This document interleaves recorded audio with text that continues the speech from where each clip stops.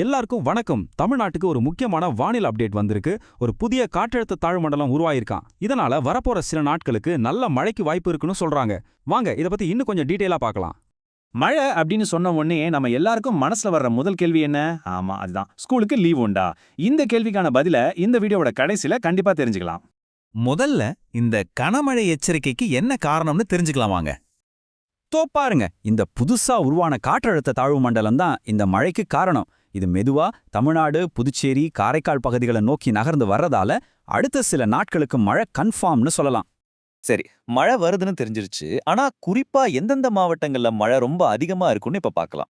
வானிலை ஆய்வு மையம் பாத்தீங்கன்னா குறிப்பா நம்ம கடலோர மாவட்டங்களுக்கு தான் கனமழை எச்சரிக்கை விடுத்திருக்காங்க.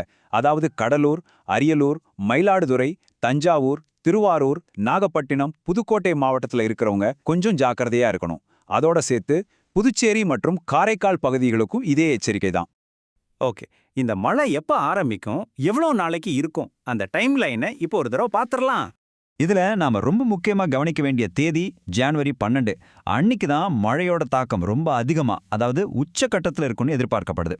அதுக்கப்புறமா ஜனவரி 13லேருந்து 15 வரைக்கும் மிதமான மழை பெய்யுமாம். ஆக மொத்தம் அடுத்த ஒரு வாரத்துக்கு நம்ம மழைக்கு தயாரா இருக்கணும். அடுத்து நம்ம பார்க்க போறது ஒரு மிக மிக முக்கியமான அறிவிப்பு. குறிப்பா நம்ம மீனவ சகோதரர்களுக்காக. மணிக்கு 65 கிலோமீட்டர் வேகம். சும்மா நினைச்சு பாருங்க, இந்த வேகத்துல காத்தடிச்சா கடலோட நிலைமை எப்படி இருக்கும்னு. அதனால தான் இந்த எச்சரிக்கை ரொம்ப முக்கியம். அதனால மீனவ நண்பர்களுக்கு ஒரு முக்கியமான வேண்டுகோள்: தயவு செஞ்சு கடலுக்கு மீன் பிடிக்க போக வேண்டாம். ஏன்னா காத்து மணிக்கு 45லிருந்து 55 கிலோமீட்டர் வேகத்துல பலமா வீசும்.